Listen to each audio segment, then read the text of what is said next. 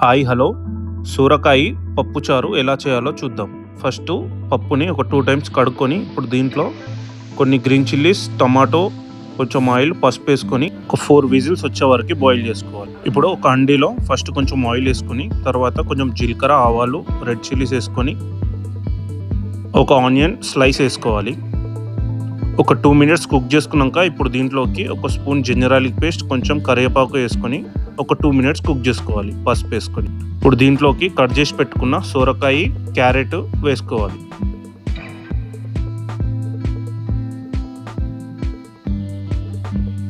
కొంచెం కొత్తిమీర, కొంచెం పుదీనా వేసుకొని మంచిగా కలుపుకోవాలి.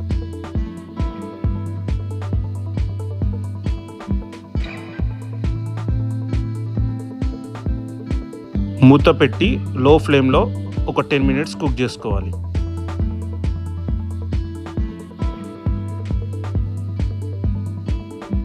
ఒక 10 మినిట్స్ తర్వాత ఇప్పుడు దీంట్లోకి రెడ్ చిల్లీ పౌడర్, సాల్ట్, కొంచెం ధనియా పౌడర్ వేసుకొని మంచిగా కలుపుకోవాలి.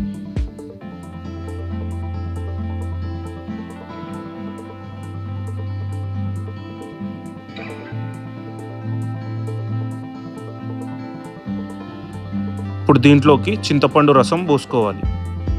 ఇప్పుడు మనం బాయిల్ చేసి పెట్టుకున్న పప్పుని ఓపెన్ చేసుకొని పప్పు గుత్తితో మొత్తం మంచిగా ప్రెస్ చేసుకోవాలి.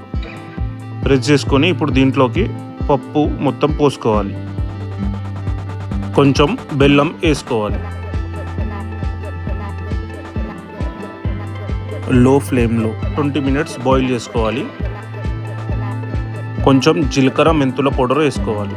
That's it. ఇప్పుడు రెడీ అయిపోయింది సొరకాయ పప్పు చారు. ఇలాంటి హోమ్ ఫుడ్ రెసిపీస్ కావాలి అంటే మా ఛానల్ని సబ్స్క్రైబ్ చేసుకోండి. Thank you.